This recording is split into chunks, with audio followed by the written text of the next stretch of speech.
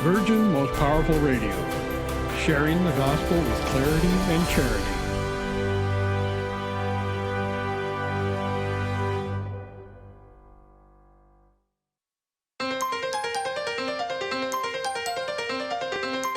And now, Virgin Most Powerful Radio is pleased to present Hands-On Apologetics with renowned Catholic author and apologist, Gary Machuda.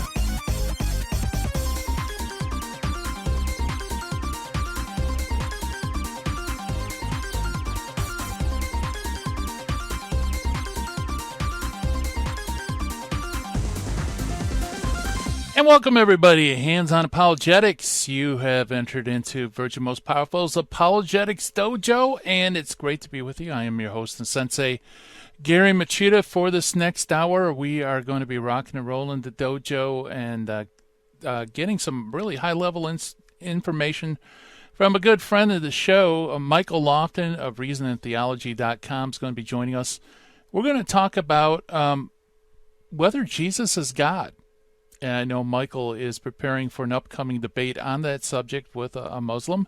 So he chose this topic so we could go and look at the evidence for the divinity of Christ. Of course, it's proving Christ's divinity is not only a Christian-Muslim issue, it's also a pseudo-Christian issue as well. There are Jehovah's Witnesses, for example, who will deny that Christ is God from God, light from light, true God from true God, but really a kind of lesser God. And there are also other heretical groups out there that also deny the divinity of Christ. And it's one of those subjects that I think people don't run into a lot unless you specialize in those areas. And so when we are face-to-face with an objection regarding Christ's divinity, many of us kind of draw a blank. So I thought this is a great topic just to keep fresh on the issue, to know which text to go to, how to address the issue. And so Michael Lofton's going to be joining us on the other side of the break. That's going to be a ton of fun. And also on this side of the break, we're going to look at our Finding the Fallacy. Every episode of Hands-On Apologetics, we look at an informal fallacy. Today's informal fallacy, by the way, is the Hasty Generalization fallacy. And also we meet an early church father. Today's early church father is one of the Cappadocian fathers, St. Gregory of Nazianzus. So got lots of great stuff in store for us. And as we do every program, I want to begin by welcoming all of you watching live stream, Facebook, YouTube, all the other platforms we live stream on. Hello, everybody. And also I want to welcome all of you listening on radio around the United States, or watching perhaps via podcast. It could be YouTube, it could be something else, or it could be you're listening to our handy-dandy phone app. Yes, you can get Virgin Most Powerful Radio on your phone app. I know a lot of people do live stream in their cars, and what better way to take the programs that Virgin Most Powerful produces and have it in your car. I mean, it's a great, great way to keep informed. In fact, Matthew Arnold does this wonderful spot during the commercial breaks about how that helped, listening to the old cassette tapes in the car. That's what I used to do too. You have to make use of every minute you have here on planet Earth to learn the gospel, spread the gospel. And so that's one way, is through the phone app. Another way too is through the Virgin Most Powerful website, which is virginmostpowerfulradio.org. And it's really easy to do. You just go to our shows, scroll down the Hands-On Apologetics or any of the other shows, and bam, you have all the programs right there for access. And this is a great way to evangelize. So, as I always do every show, please, if you haven't subscribed, please do. Smash that subscribe button, like button, the bell, whatever, and comment, too, on the shows, because all of that helps feed into the algorithms that are out there that make this particular channel more visible. And it helps us to reach people. It helps us to gain support. And also, please support us in your prayers. And also, if you can, financially, because we truly appreciate it. And it helps us keep on the air so we can keep sending out this great info. So let's see. Let's jump to the Finding the Fallacy for today. Today's Finding the Fallacy is the Hasty Generalization fallacy. And Hasty's generalization fallacy is actually quite simple when you get down to it. It's basically where a conclusion is reached on the basis of a few instances of a phenomenon. It is, in a sense, the example of jumping to a conclusion. So when you have an insufficient or defective group of data points, hasty generalization occurs when you jump from that to a solid conclusion, which you can't do. So the hasty generalization is a fallacy in which the conclusion is not justified by sufficient or unbiased evidence. It means that you make sure that you don't make hasty conclusions, because you would be committed to today's finding the fallacy with hasty generalization. All right, so don't anecdotal evidence, picture over picture, the scope of data. All right, early church father segment. His early church father is Saint, who sometime around 330, died around 389. Of the three great Cappadocian fathers, was a close friend of the other two, Basil the Great, Caesarea, especially Basil's brother Gregory of Nyssa. Gregory only claimed to the name Nazianzus custom, was actually born not far from, and about the year 330 AD. His father Gregory also was a member of the Hypersterian sect, but soon after his conversion, he was made bishop of Nazianzus. So it really is the Gregory who should have right Gregory of Nazianzus. So so it's Gregory, who was formerly known as of Nazianzus. Seldom has two friends been closer than that of Gregory Nazianzus and Basil the Great, yet they were not at all matched in temperament. Basil tended to be arrogant and of a fair character, while Gregory was mild and a gentle soul. According to the patrologist he remarks, Basil was the elm and Gregory the vine which itself did occasionally. Basil could cross the letter, and in his replies, Gregory never backs down and never compromises. He can be just as severe as Basil, but caustic and outrage never. His letters are filled with warm words and cold logic. Gregory's sincerity is couched in a smoother and even tender language, and in the face of his logic and sentiment, which says, in effect, quote, "We don't have to agree, but if you would only be reasonable about it, there is no need for it to alter our love for each other. The quarreling is, if not forgotten, at least ignored." Too much, I think, has been. This is according to Jurgen's Faith of the Early Fathers, by the way, but all our segments based on that 3-volume work, which, by the way, I highly recommend. But going back to Jurgens, he says, too much, I think, has been made of their quarrels. They were both men of great magnanimity, and they could see each other's faults quite clearly and loved each other anyway. If there was a difference even in their magnanimity, I would have the impression that Gregory had 2 trump more than Basil. Gregory saw his own faults where Basil was not likely to, and Gregory would never insist on trying to change a friend's view, whereas Basil was certain to take the different viewpoint, even a legitimate one, as a personal affront. Basil and Gregory are students of the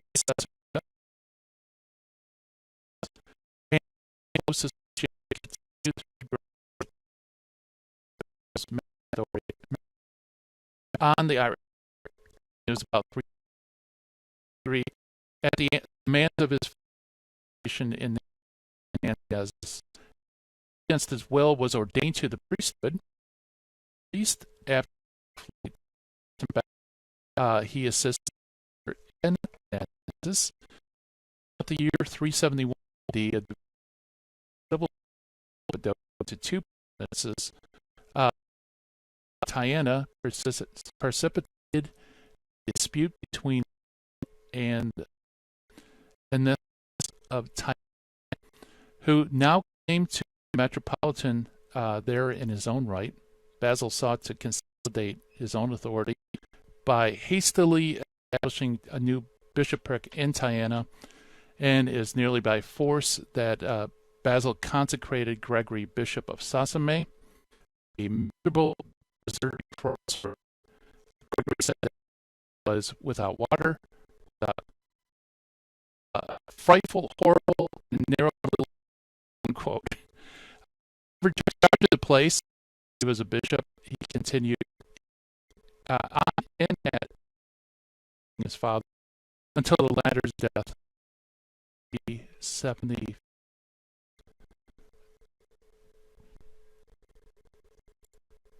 All right, and yeah,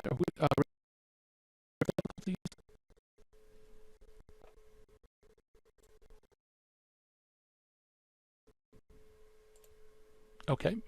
Hold on, everybody. We're working on it. Things happen with my computer screens all of a sudden. Let's see.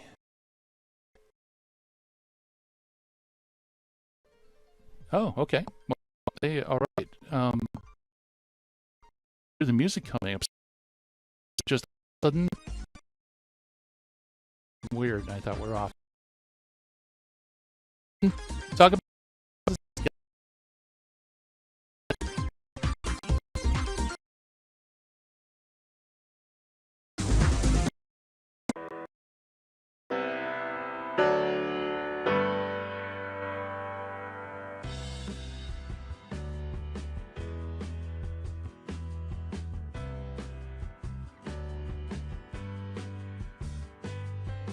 Sirach 11:24 says, "Do not say, I am self-sufficient. What harm can come to me now?" According to St. Catherine of Siena, presumption is like vermin burrowing at the root of the tree of our soul. If we do not uproot it with great care and humility, it will eventually destroy the soul. May God keep us from all presumption of mind and heart, and realize that we depend on Him for everything.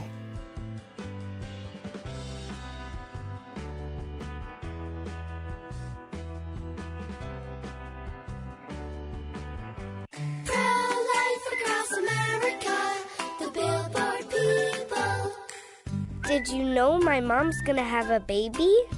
She is? Will it be a boy?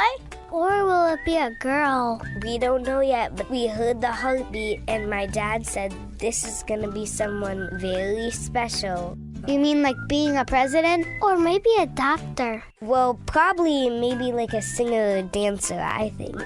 Hello, my name is Mary Ann Koharski. I'm the director of Pro-Life Across America.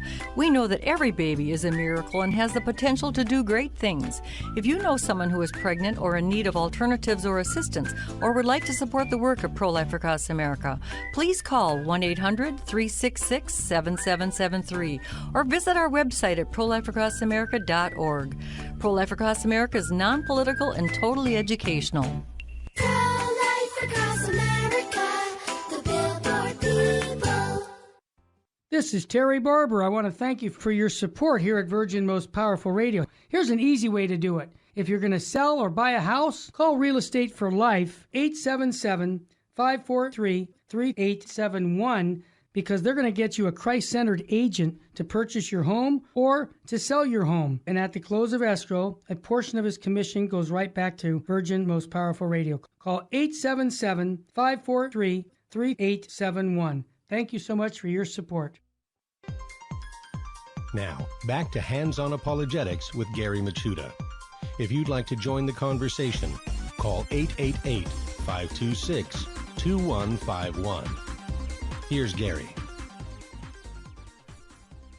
And welcome back, everybody. Hands on Apologetics. And we're going to be talking about the divinity of Christ. Christ is true God and true man, one divine person, two natures. But how would you explain that? How would you defend such a proposition? Well, to help us do that, we have our very good friend, master apologist Michael Lofton with us. Michael is a graduate of Christendom College Graduate School of Theology. He's received his Master of Arts in Theological Studies. He's appeared on EWTN, SiriusXM Radio, Radio Maria, and he's also the associate editor of Christendom Graduate School and the founder of Ancient Faith Apparel and Renewal Publications. But probably you know him best as the host of the remarkably popular Reason and Theology. And Michael, welcome back to Hands on Apologetics. Thanks for having me on, Gary. Can you hear me well, by the way? Am I coming through? Yes, you're coming in loud and clear. Okay. Yes. Good deal. Yeah, after that technical snafu, Yeah, I just want to make sure. To get the adrenaline pumping. How have you been, by the way? No, you're coming in great. I have been good. Life hasn't changed much for, a nerd like me. How are things way down there in Louisiana? Pretty good. And moving into a new place next month, so our R&T is going to be growing. We're going to have a larger facility, so I'll first of all be able to fit all of my library in the location all in one place, and then we'll have multiple setups for video and stuff like that. So the show is going to be growing. There's going to be all kinds of new stuff coming out with the new facility, so I'm excited about that. Awesome. Wow. Yeah, that is super exciting. That's great. Yeah, there it is. Yeah, so stay tuned. We'll definitely have to keep us in the loop on all that. Indeed. So, okay, Michael, the divinity of Christ, I mentioned before the break that you're preparing for a debate on the issue. What should people know? I mean, how would you approach something like that to defend? There's so much to say, and you ask a good question. How would you approach it? And it's going to be different, kind of depending on who we're talking to, whether it's a Jehovah's Witness or a Muslim or something else, because there's quite a few groups out there that would deny the Trinity, that they would deny the deity of Christ, and would turn to different Christological heresies. So just kind of depending on who we're engaging. Now, what I'm doing here is I'm preparing to try to cover all bases with the debate, but of course I'll be engaging a Muslim. But the Muslim that I'm engaging is Dr. Shabir Ali, and he does appeal to some liberal Christians. So, I mean, you'll have to come at it from a perspective that you can address some of the scholars who might say that, okay, the New Testament doesn't teach the deity of Christ. And you think, wait, that's insane. And what they mean by that is, the New Testament as originally written by an apostle or a disciple, and what you have now came a little bit later, and now you have to get into those issues. So I'll be addressing that a little bit, but here's my big thing. I don't put a whole lot of stock into New Testament scholars who claim that, that the original Christians didn't teach the deity of Christ, or the original manuscripts didn't teach this. Not that scholarship is bad in and of itself. I think it's important that we're familiar with what some scholars say, but there's no consensus here. And a lot of times I think what's going on with scholars is there's nothing in the text demanding that skeptical position, but since they start out lacking faith, they're not going to search for any kind of consistent answer. They assume there's going to be a contradiction, or they assume that this was a later addition, and there's not really a whole lot of substance to back it up historically. They're just starting from a skeptical perspective. So I think one has to engage that. But again, I'm going to be talking to a Muslim, so my notes that I'm preparing here are kind of oriented to Muslims, but also towards those who want to say that they're skeptical from a scholarly point of view. So my first one that I want to talk about is Mark, and that might surprise a lot of people, because usually scholars want to say that the Gospel of Mark does not teach the divinity of Christ. You can see Muslims especially like to capitalize on scholars who take that approach. And I would actually argue it does. Now, of course, Mark does focus a lot on the humanity of Christ. And this is the key. We have to recognize the New Testament is not just saying that Jesus is divine. It's also emphatic in indicating he's also human. He's 100% God, 100% man, fully God, fully man. He has two natures in one person. So, yeah, the Gospel of Mark focuses a lot on his humanity. However, it still does teach his divinity. And I want to give an example. This is from Mark 2, 6 through 7. And by the way, before I even read that, let me also just back it up and just say this, put it in historical context. Mark, just depending on what scholar you're talking about, they might date it anywhere from 40 AD to 70 AD. You know, they're going to date it in the first century there, but they are going to have different dates. Now, also historically, traditionally, Christians have believed that Mark was not written first, that Matthew was written first, but a lot of scholars today want to take the perspective that Mark was written first and Matthew borrowed from Mark and all kinds of stuff like that. I really don't care which position you land on here, because at the end of the day, the verse that I'm going to appeal to still stands from a textual perspective, regardless of when it was written. There's no evidence that it was later on added or something like that, that it wasn't part of what was originally written here. And if we're talking about who wrote it, just quick point there. Traditionally they say the disciple Mark wrote it, and it was based on Peter's preaching. So you could really call this the Gospel of Peter. Now, it's not the Gospel of Peter, but you know what I'm saying. It's based on his preaching. And that's testified to one very early church father from the 2nd century, Papias, who testified that it was written by the disciple Mark based on the preaching of Peter. But, whether or not you want to affirm that is irrelevant, because ultimately at the end of the day, you can still affirm that Mark is an inspired gospel regardless of who wrote it. But I do think that Mark wrote it, by the way. But anyways, let's get to the text. We're talking about Mark 2, and just to kind of set up the scene here, what's going on is that Jesus is preaching in Capernaum. He's inside of a building. He's preaching before a large crowd, and the place is so packed that people can't even get in the building anymore. It's packed. And there's a paralyzed man and a group of people who are carrying the paralyzed man, and they want to bring him into the place where Jesus is preaching so that they can give him the opportunity to be healed, because they've heard that this individual, this Jesus of Nazareth, can heal people. So what they do is they burrow a way through the ceiling to try to lower the paralyzed man down through the ceiling and, get him to Jesus that way so Jesus can heal him. And Jesus sees the faith of the individuals who brought this paralyzed man there, that he tells the paralyzed man, your sins are forgiven, which is curious because he's telling him your sins are forgiven based on the faith of others. And that's very interesting because there's a lot of applications there. But, long story short, he explicitly tells him your sins are forgiven. And this scandalizes many of the Jews there, who say, who is this man to say that he forgives this individual's sins? Only God can forgive sins, is what they say. And then it goes on to say, Jesus knew what was in their heart. He knew they were saying these things about him. And he, in fact, goes on to say, I said this explicitly because I want you to know the Son of Man has the ability to forgive sins on earth.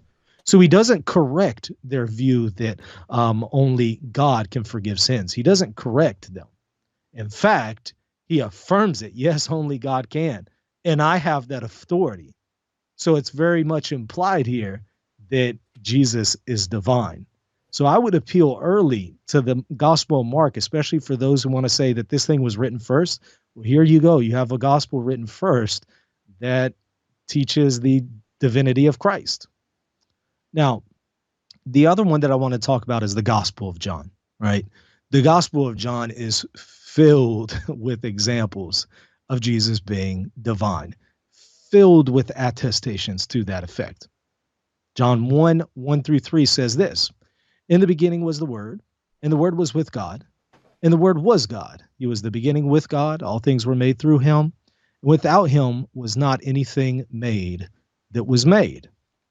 So who is this Word? Well, if you look at verse 14 of John 1, it tells us who the Word is.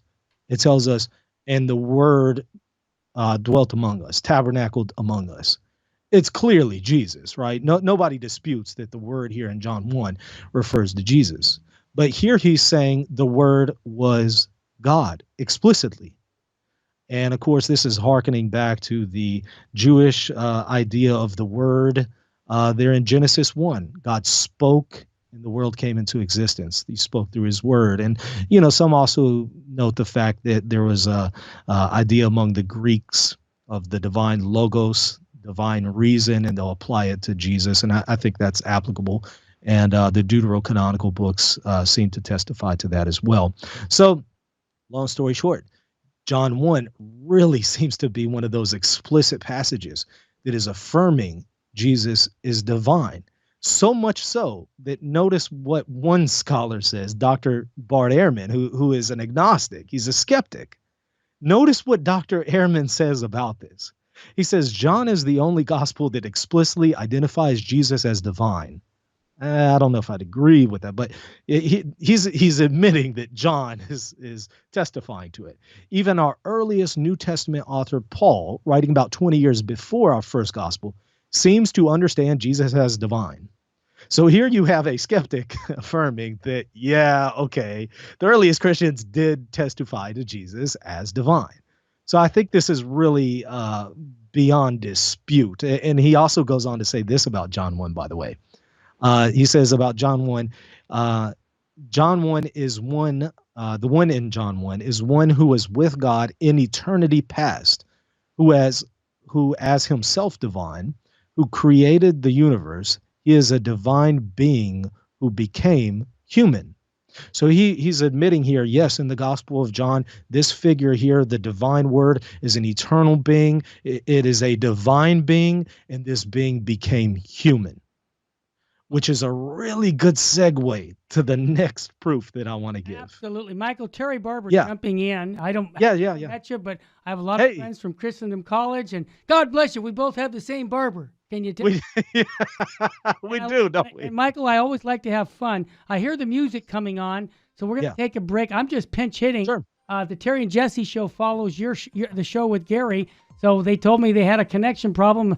Sometimes people tell me I'm a pinch hitter in baseball and in radio, so I'm stepping in to share. No problem. I love what you're talking about. Is Jesus God and how the scriptures support that, church teachings, and we'll be back with more to inspire you to fall deeper in love with Jesus Christ.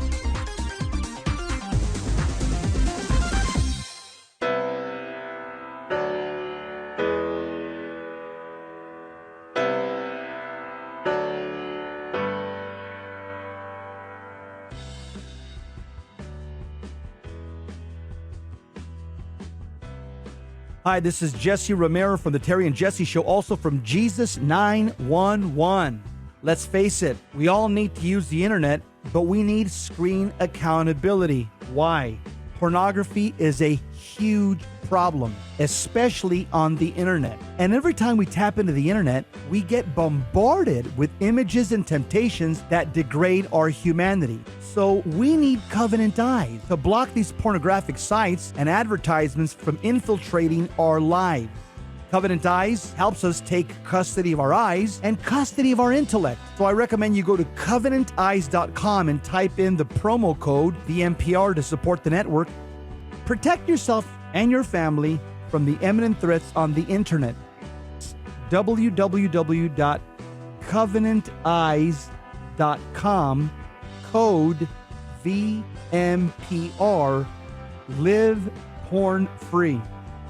Thank you for listening to Virgin's Most Powerful Radio. Thank you. God bless you. Keep the faith.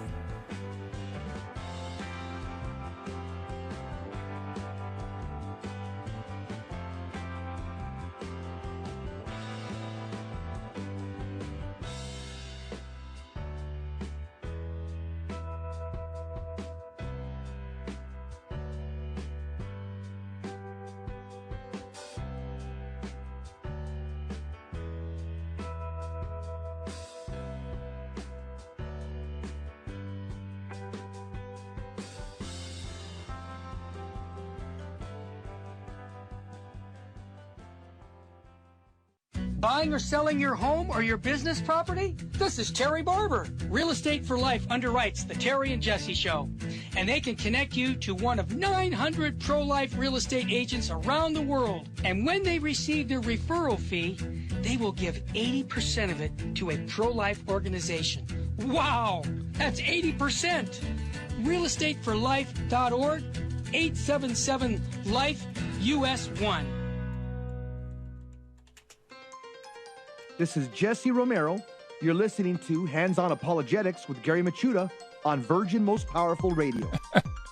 And welcome back, everybody. Hands-On Apologetics. We were chatting with Michael Lofton. Michael, sorry about that. We had No, you're good. a major malfunction here at the Midwest Command Center. I know how that goes. Yeah. So, hey, just continue where you left off, and I'll try to pick it up. No, there's just so much I want to say. And, I was about to segue there into Philippians just because it's very much related to the passage that I'm talking about here with John 1 in the comment that Bart Ehrman made, that this figure there, the Word, is both eternally divine and yet also human. It's a really good segue to Philippians, but I want to just also make one other quick reference or point about John. When we talk about the Gospel of John, scholars are divided on, first of all, who wrote this thing and when it was written. Now, I think it's fair to say 90 or somewhere before then. They generally want to affirm it as one of the later Gospels and one of the last written. And that might be why he's so explicit about the divinity of Christ, because yes, these things are there in the other Gospels, but maybe not as strong. And so John comes out and just makes it really explicit. So it's very hard to deny that the New Testament teaches the divinity of Christ. When you look at the Gospel of John, there's just places, passages all over the place. But, generally, I go with the view that the Apostle John wrote this. Again, it's anonymously written. The individual does refer to themselves in the first person, but they don't exactly name themselves. They talk about themselves being the disciple whom Christ loved. And again, tradition tells us this was the Apostle John.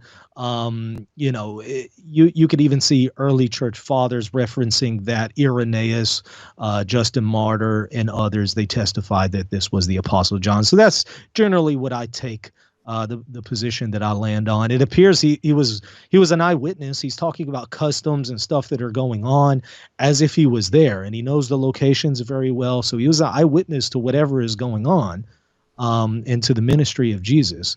But as far as dating, there is something curious that I wanted to mention to give it an early date prior to 70 AD that the Ignatius Catholic Study Bible talks about. And that is, it talks about in John 5, it speaks about the sheep gate in Jerusalem, but it speaks about it in the present tense.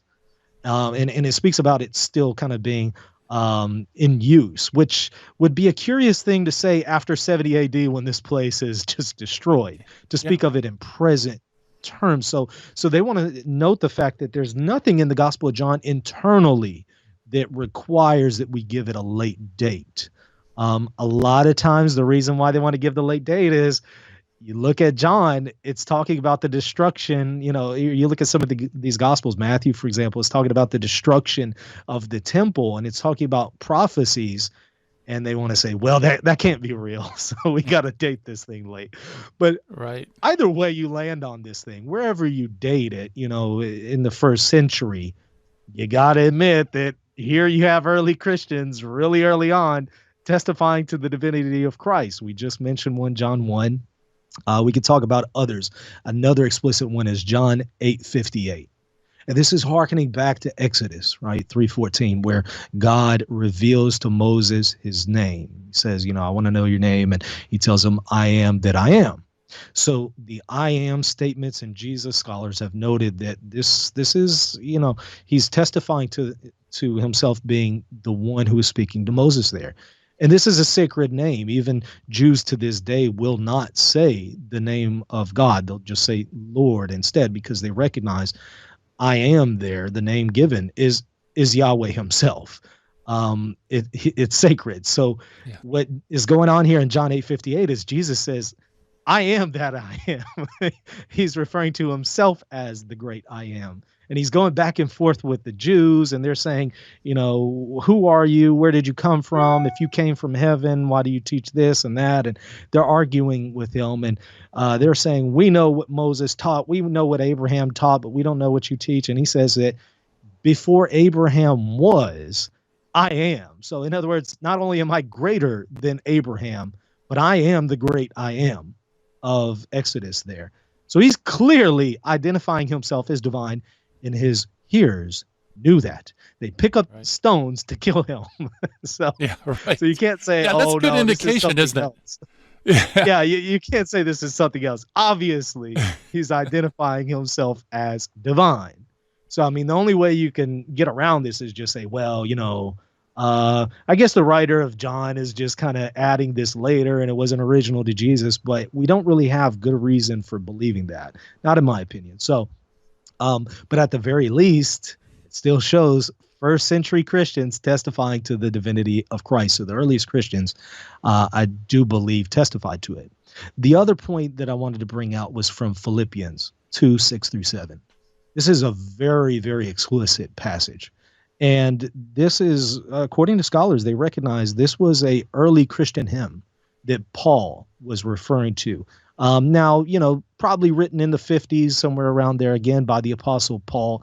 Different scholars give different dates, but somewhere in the 50s. So it's really, really, really early on, not very far after the ministry of Jesus, time-wise.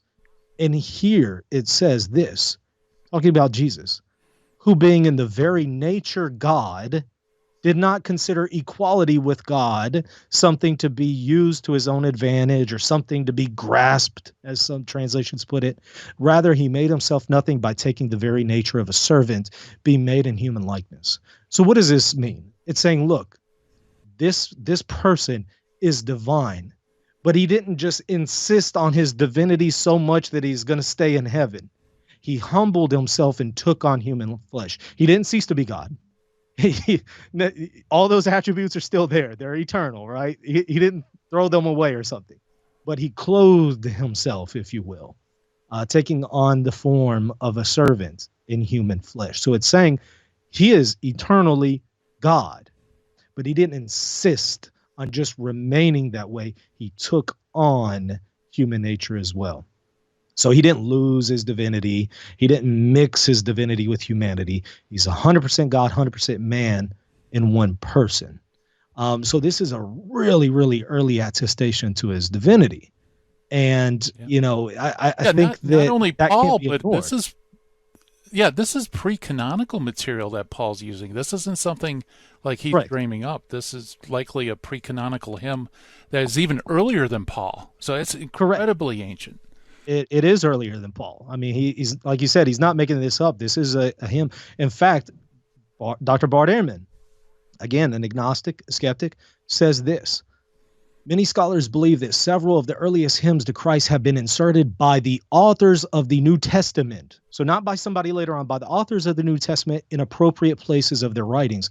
And he's saying this, for example, the prologue of John, which I just mentioned, John 1. But he's also saying this in the context of this hymn here in Philippians 2. So he's recognizing that this is really early on. It was already a tradition prior to Paul, and the authors in the New Testament are inserting them into their Gospels, not some person later on. So again, here you have a skeptic testifying to that. That's pretty big, in my opinion.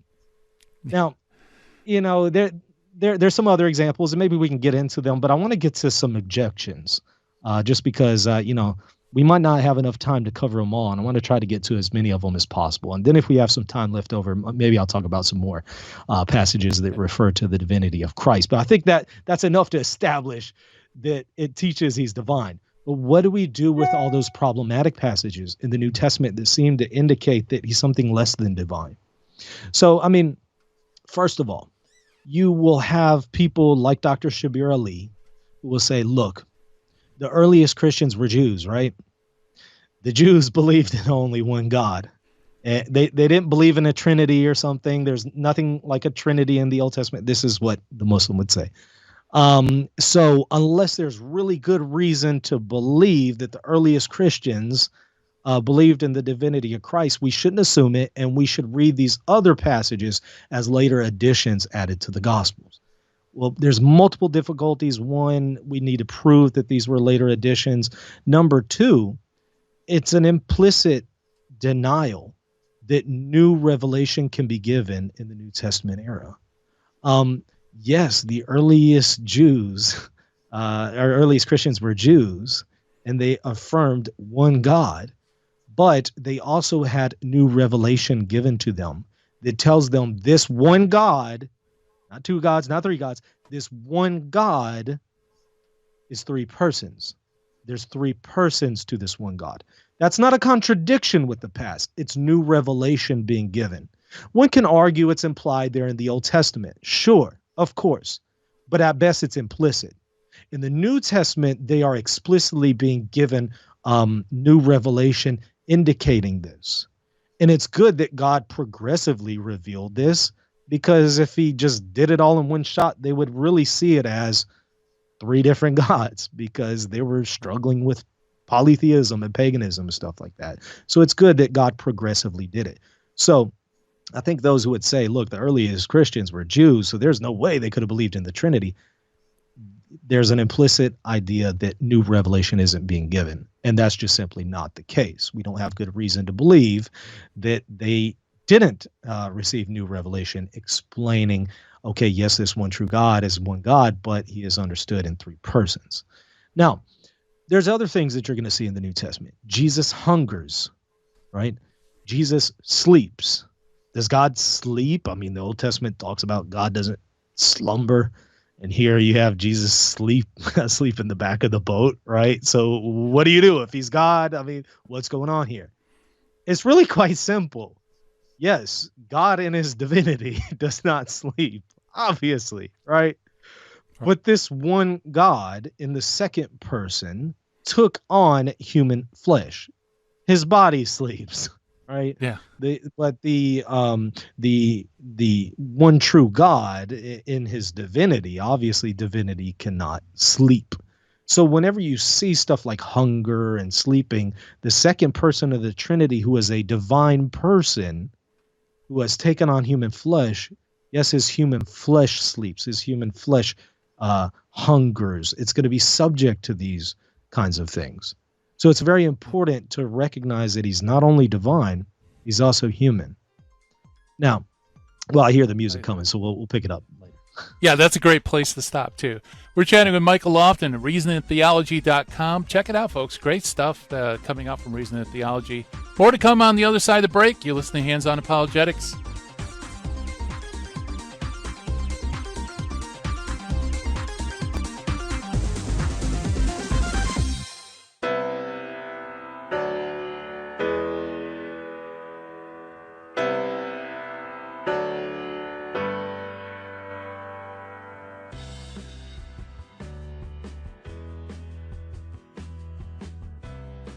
We got Ernesto from Long Beach. I just wanted to comment, and I just wanted to thank you guys. And I kind of wanted to encourage people that are listening, maybe that are not donating, because honestly, I got to be honest. I used to think you guys were a little too over the top, Yeah. That's right. If God gave us a lot, and I have the blessing of listening to all this, I just want to call all the people. I got 5 kids, and I don't make a lot of money, and I'm still donating to you guys. God bless you, brother. You're amazing. We have to do this. We have to do the extra. And it's not even the extra. People see it like it's extra. Kneeling for communion, saying your rosary, saying the Divine Mercy Chaplet. It is not extra. It's what the church tells us to do. Amen. You're a good man, brother. 30 years old, 29 years old, 5 kids, and I thank you guys. So everybody else, man, get on fire. Fight for the truth, man. You know what I'm telling you guys. There's I so love much it. out there.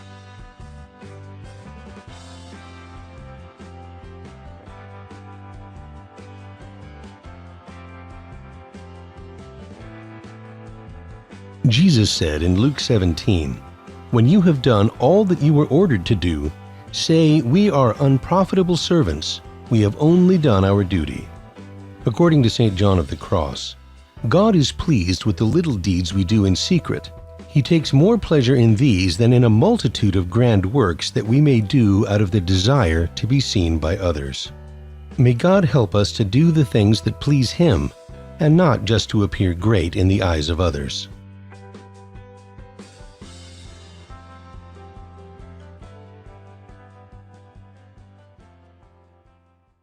Buying or selling your home or your business property? This is Terry Barber. Real Estate for Life underwrites the Terry and Jesse Show.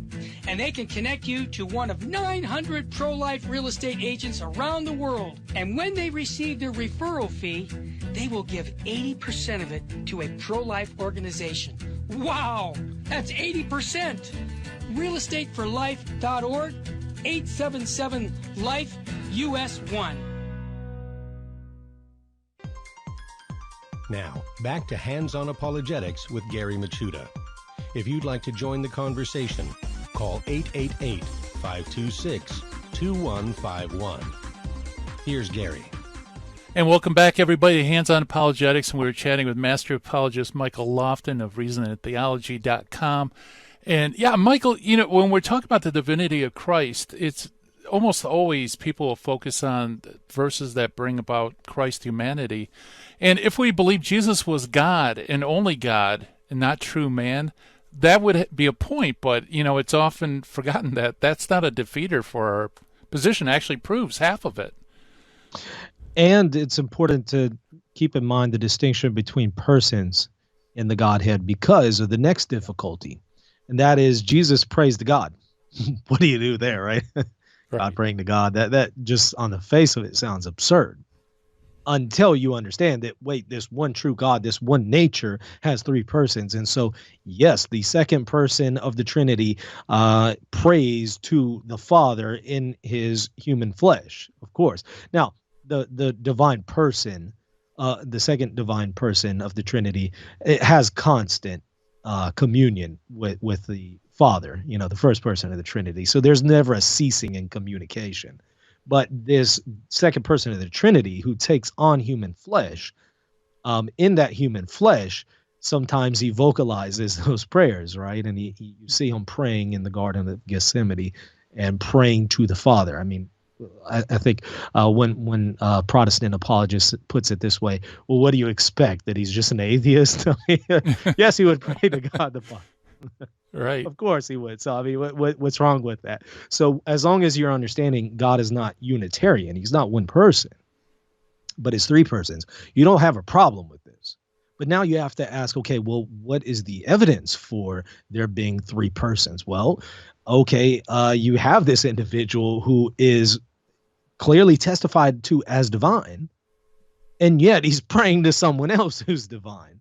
And yet there's only one God. The only way to solve that is, okay, there's one nature, there's one God, and there's three persons. And that's why early Christians made this distinction in the Trinity. So usually these objections are coming from people who are just not very well versed in the Trinity.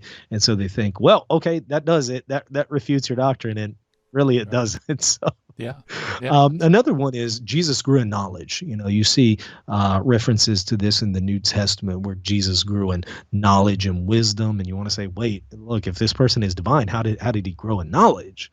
And I like what Aquinas says here specifically about this very objection. He says in the Summa, you know, and I'm just kind of paraphrasing at this point, there's effectively a difference between a priori knowledge and what's called a posteriori knowledge. And what that means is this.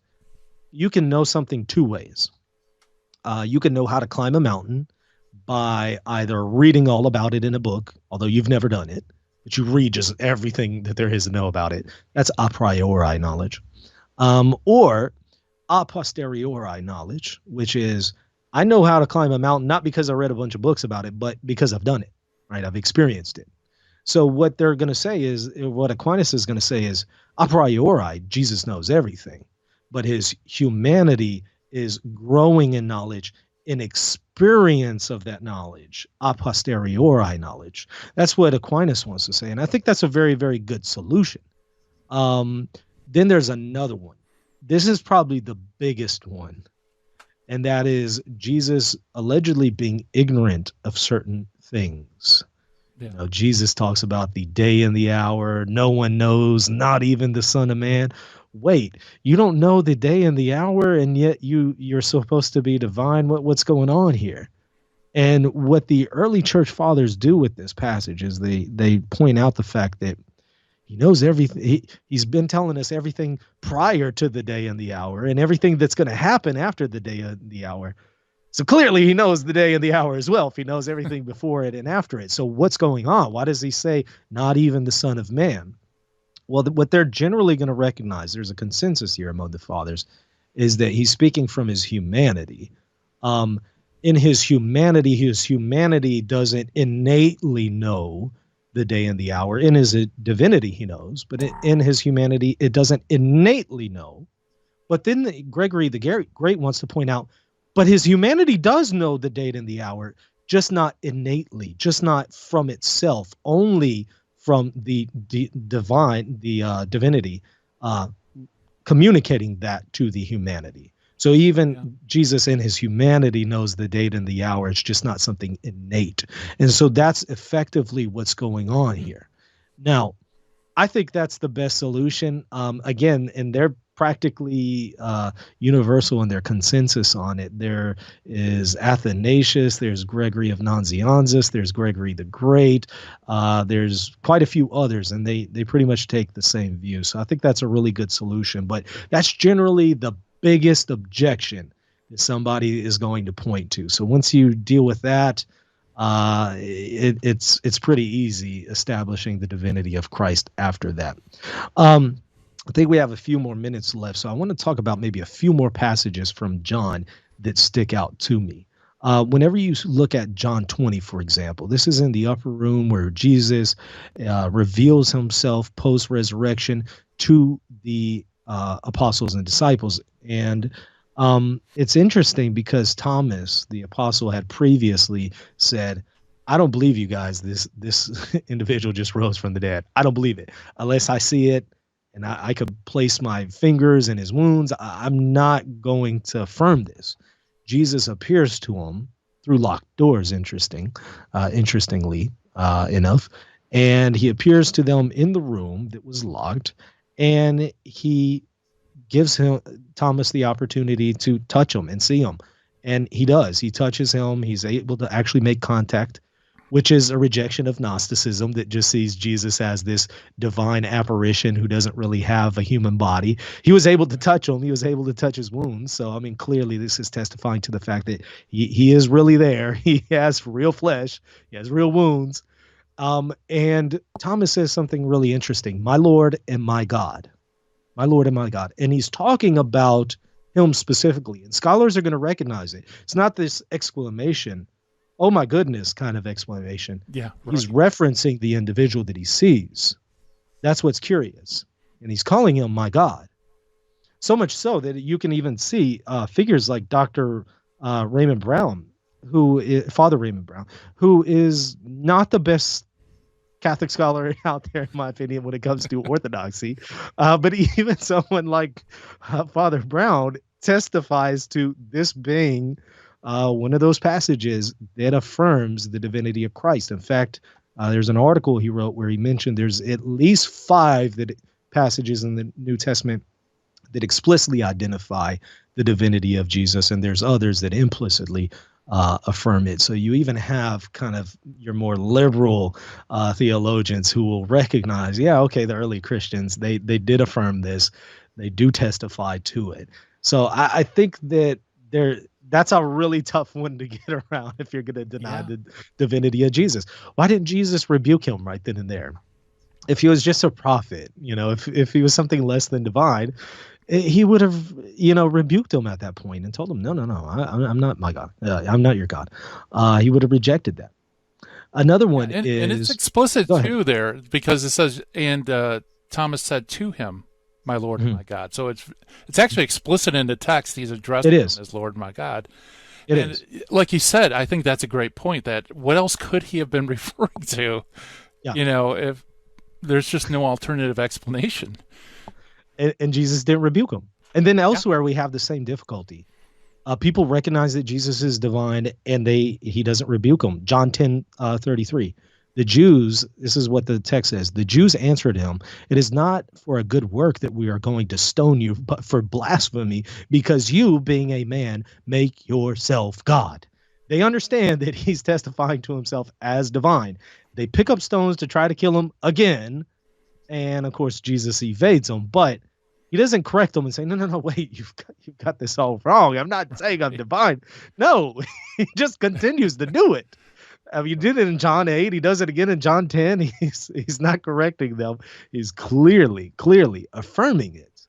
And then he has these really strong statements in John 14 where he says, whoever have seen me has seen the Father. I mean, what prophet would ever say that about themselves? Yeah, right. Could you imagine somebody who's not divine saying that? You would obviously think they're blaspheming if they said, whoever has seen me has seen God the Father. But no. So clearly he saw himself as divine. And so there's a ton of passages in the New Testament that are to this end.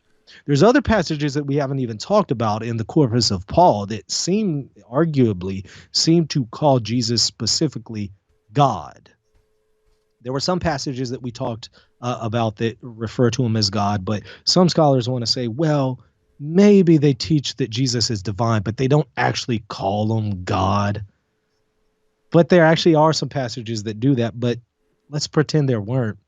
If somebody's divine, that's the same thing as being God. So it's really no difference there. But I think one of the reasons why sometimes the New Testament authors are hesitant to use that kind of language is just not to give the impression of Unitarianism. They want to show there's a distinction in person, and they want to also show that this person is divine, but they don't want them to confuse that with the figure of God the Father as far as a person.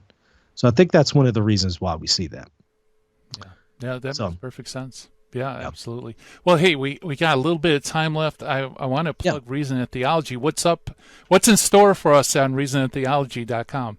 Well, we have that debate coming up, but the calendar is packed. If you go to reasonandtheology.com and go click on show, you'll see all of them there. But we have Dr. Matthew Meinert, who is doing a series right now on the Prima Pars of the Summa Theologica of Thomas Aquinas. So he's basically giving lectures on how to read the Summa Theologica of Thomas Aquinas. If you would like to watch those are on every other Friday. It's going to be on this Friday. We have, Steve from Sensus Fidelium is going to be coming on, and that is going to be on December 1st. So those of you who are fans of Sensus Fidelium, Louis Dizon is going to be speaking about the crucifixion in relation to Muslims. So if you're interested in Islamic Christian apologetics, check that out December 3rd. Just all kinds of stuff going on. I'm looking through the calendar here, and looks like Eric Ibarra is going to be giving his testimony on December 8th. A lot of people have asked to hear his conversion story and his testimony. So that's going to be coming up. But again, go to Reason and Theology, click on shows, and you'll see the calendar there. Awesome. Yeah, I know our listeners are very familiar not only with you, but Eric's been on. In fact, we had Elijah Hasty yesterday. You guys are producing some great stuff, and more power to you, my friend. Thank you. Thanks for coming on. Thank you for having me on. Yes, sir. All right. That's Michael Lofton. Yeah, check it out, reasonandtheology.com, folks. Great stuff coming from there. And, man, the hour is flowing, but never fear, Terry and Jesse will soon be here with the Terry and Jesse Show, high-impact Catholic talk coming at you. Thank you so much for listening, and God willing, we'll be back again tomorrow to do this thing we call Hands-On Apologetics. Bye-bye, everybody. Have a great day.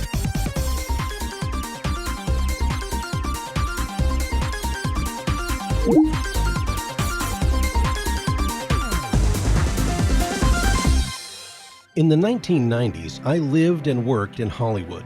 But when my wife Betty's mom took ill, we relocated to Orange County. And it was during this time in our lives that I converted to Catholicism. Once my eyes were opened to the truth, I couldn't learn enough about the faith. But I had less free time than ever, especially with a long commute. That's when I discovered the real value of Catholic audio. Listening to cassette tapes transformed my daily commute into a miniature retreat. And that's the beauty of Virgin Most Powerful Radio today.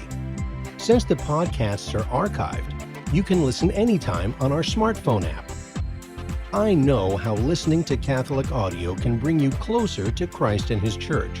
So I encourage you to visit the App Store or go to vmpr.org and download the app today. It just might change your life. I'm Matthew Arnold. for Virgin Most Powerful Radio.